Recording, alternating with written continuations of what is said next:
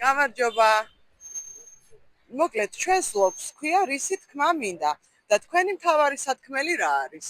ჩემი მთავარი სათქმელი ის არის, რომ ჩემი გულისწორი ახალი გარდაცვლილია, ცოცხალი რო იყოს, თავიდან დავიწყებდი ისევ ცხოვრებას.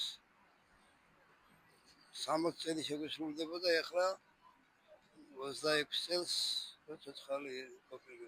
ჩემი მთავარი სათქმელი არის ის, რომ ნუ შევინახოთ წენებს ერთმანეთის მიმართ, იმიტომ რომ ცხოვრება ისე ძალიან მოკლე არის და არ არის დრო მაგისთვის, რომ ფანტასტიკური რჩევა. დიდი მადლობა. გამარჯობა.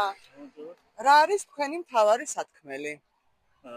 ჩემი მთავარი სათქმელი არის, რომ ერთმანეთს გვიყვარდეს და ერთმანეთს პატივს ვცემთ. აი აფხაზეთში რომ დამჭრეს, იქ პატარა შესკომა მომივიდა. ხო და როგორ გითხარით, აი საკმაოდ არავაშკაცურად მოვიქეცი და დამჭრეს ძალიან მძიმე გლივოს გადავჭი.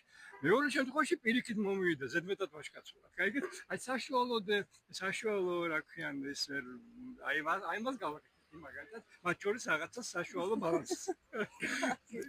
პირველ რიგში მინდა რომ საქართველოში იყოს მშვიდობა და ყველა დადიოდეს გაღიმებული. იმის თქმა მინდა რომ ახალგაზრდებს მინდა ურჩიო უპირველეს ყოვლისა დაოჯახება, არ დაკარგვა, არ გადაკარგვა და საქართველოს განვითარება. თქვენი მთავარი სათქმელი რა არის? ვიყვარდეს ერთმანეთი და მხარი დაუჭიროთ ერთმანეთს. ძალიან დიდი მადლობა. ისიც რისი თქმა მინდა რომ ადამიანები ძალიან ხანმოკლედ ცხოვრობთ ამ ქვეყანაზე და ერთმანეთი უნდა გავიტანოთ, მიუტევოთ, ბოდიში მოუხადოთ და მოვესიყვარულოთ ერთმანეთს და არ უნდა შევჭამოთ ერთმანეთი. თუ სიყვარული გვექნება, ყველაფერი გვექნება, დაალაგებული ურთიერთობები გვექნება. ადამიანი უნდა იყოს თბილი, უნდა უყვარდეს ცხოველი, უნდა უყვარდეს ზაღლი, კატა, ჭიტი, რა ვიცი, მიეხმაროს, გაჭირვებული როცა ახედავს, ცხოველს უნდა დაეხმაროს.